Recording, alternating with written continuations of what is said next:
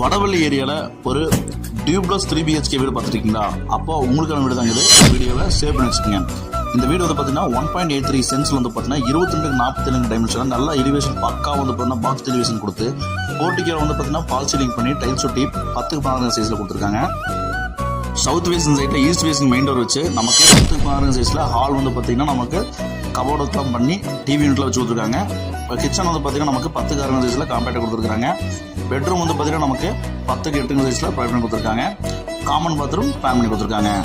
Duplex வரதுனால inner circus உள்ளே வச்சிருக்காங்க. பக்கா மாசம் வந்து பார்த்தீங்கன்னா கிரில் வந்து பார்த்தீங்கன்னா எஸ்எஸ்ல வச்சு போட்டு கொடுத்துருக்காங்க. ஃபர்ஸ்ட் ஃப்ளோரில் பால் சீலிங்கோட ஹால் கொடுத்துருக்காங்க.